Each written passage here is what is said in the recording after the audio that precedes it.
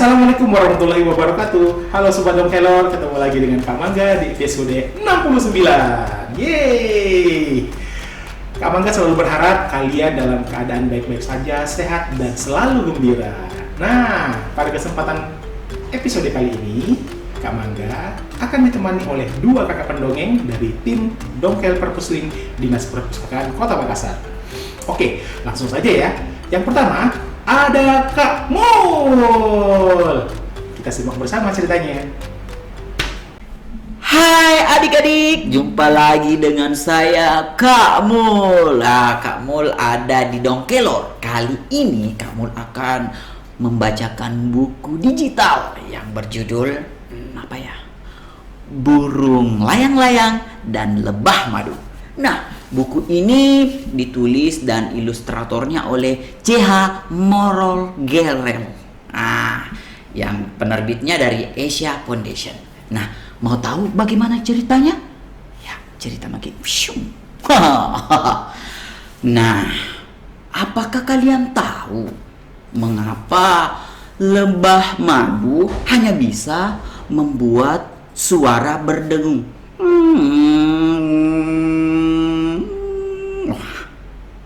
Tahu? Nah, ternyata pada zaman dahulu lebah madu memiliki lidah, dapat berbicara dan tidak hanya menghisap bunga.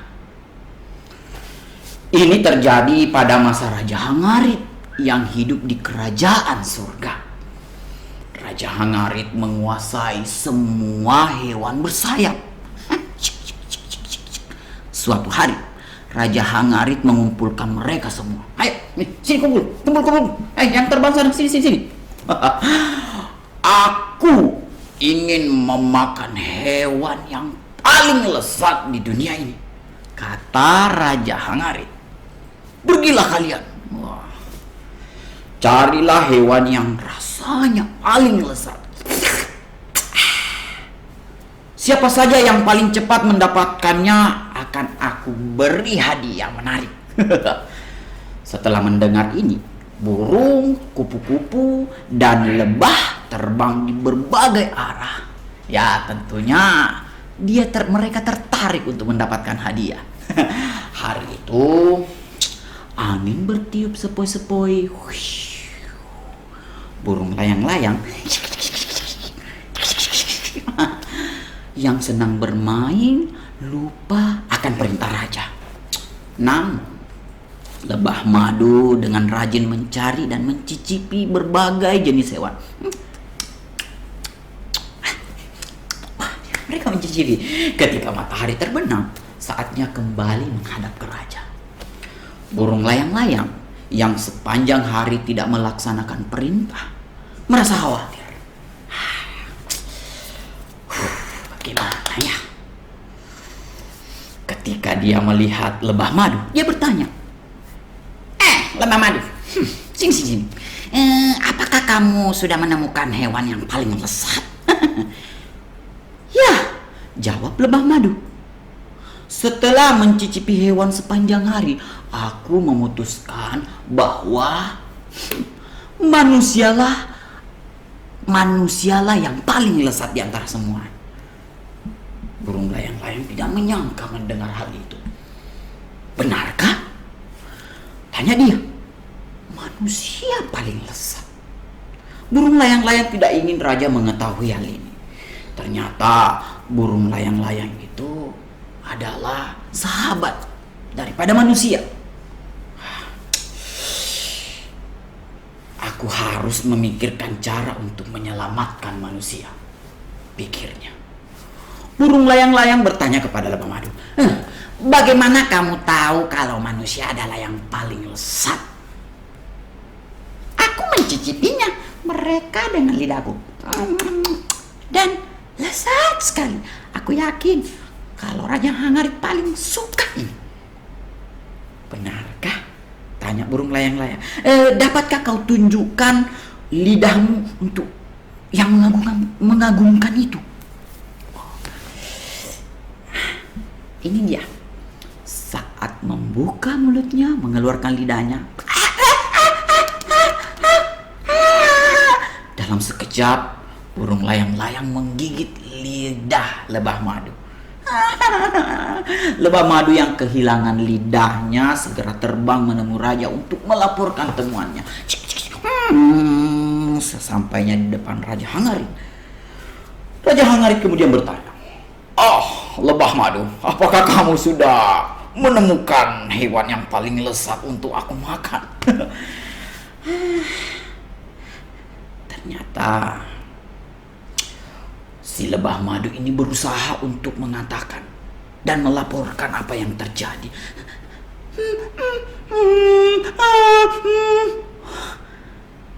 Dia tidak bisa berkata apa-apa. Raja Hangarit tidak mengerti.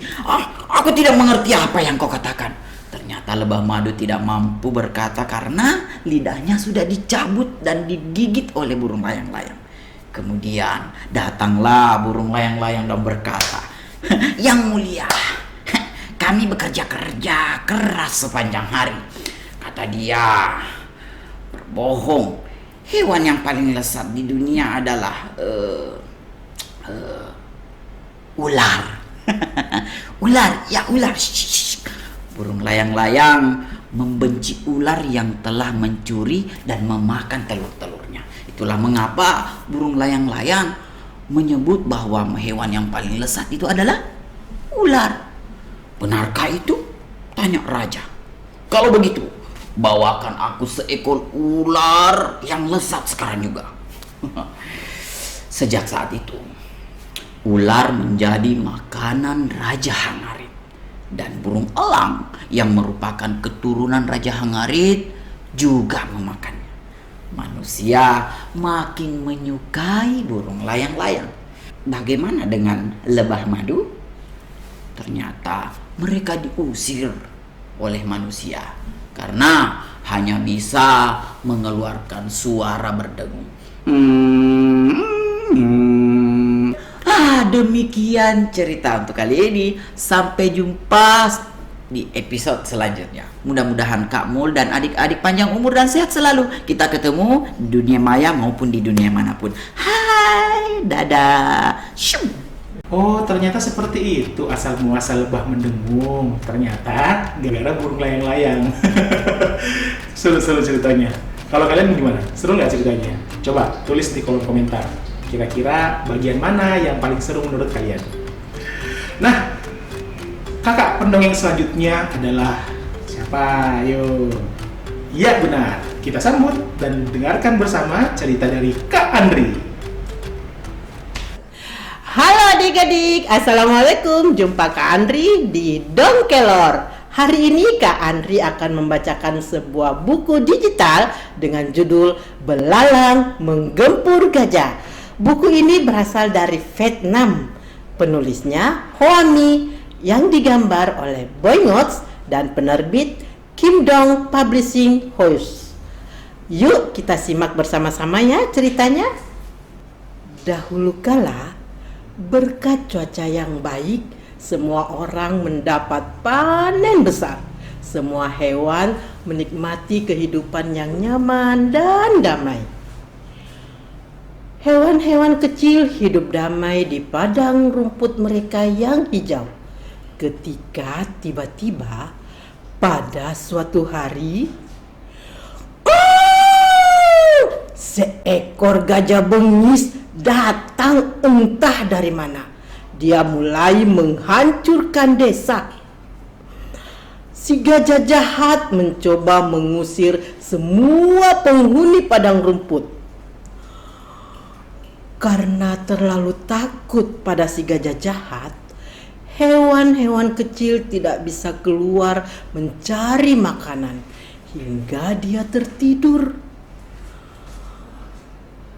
Karena tinggal di rerumputan, belalang kecil merasa sangat was-was sepanjang waktu. Jika sedang sial, dia terinjak oleh gajah jahat. Belalang kecil pasti akan hancur menjadi sampah.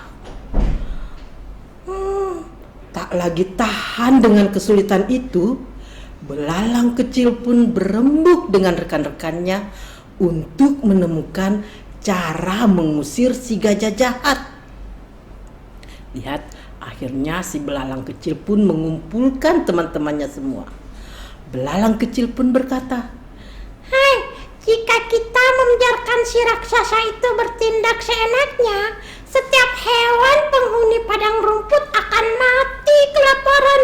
Dan kita juga bisa mati kapan saja karena kaki-kakinya yang sangat besar seperti tiang penyangga. Aku kan kecil, lemah, dengan penglihatan yang buruk sepertiku, pastilah aku akan tewas jika menghadapinya sendirian. Tapi, jika kita semua menghadapinya bersama-sama, kita lihat saja apakah dia bisa mengatasinya." Mendengar perkataan belalang kecil, semua rekan-rekannya mengangguk setuju. Oke. Mereka menyebar mengumpulkan lebih banyak teman untuk bersatu dan mengusir si gajah jahat. Kawanan belalang pun berkerumun di atas padang rumput. Mereka secara serentak menerjang si gajah jahat. Serbu! Mendapatkan serangan secara tiba-tiba, si gajah jahat kebingungan dan tentu saja tak sanggup untuk menghadapi lautan belalang. Dia tidak bisa berbuat apa-apa selain melarikan diri dan tak pernah kembali lagi. Nah, berkat kekuatan persatuan mereka, akhirnya belalang yang kecil dan lemah menang atas si gajah jahat yang besar itu. Penghuni padang rumput pun bersorak riang, "Hore, hore! Bagus sekali, belalang menggempur gajah." Nah, bagaimana ceritanya? Seru bukan? Sampai ketemu dengan cerita yang lainnya. Sampai jumpa. Assalamualaikum. Dadah. Wah, hebat ya para belalang. Meskipun mereka kecil, tapi bisa mengalahkan gajah. Seru kan ceritanya? Nah, sudah ada 2 pendongeng yang bercerita buat kalian di episode ini. Itu berarti Kak Mangga harus pamit nih. Ya, sampai jumpa di episode mendatang. Sebentar. Ada pengumuman dari Kak Mangga. Cerita-cerita tadi kalian bisa baca di www.letsreadasia.org. Dan buat kalian nih yang punya komentar terbaik di bawah sini akan mendapatkan hadiah menarik dari Bumi Aksara PTU Makassar. Oke? Berikan komentar terbaik kamu ya. Ditunggu. Assalamualaikum warahmatullahi wabarakatuh. Dadah!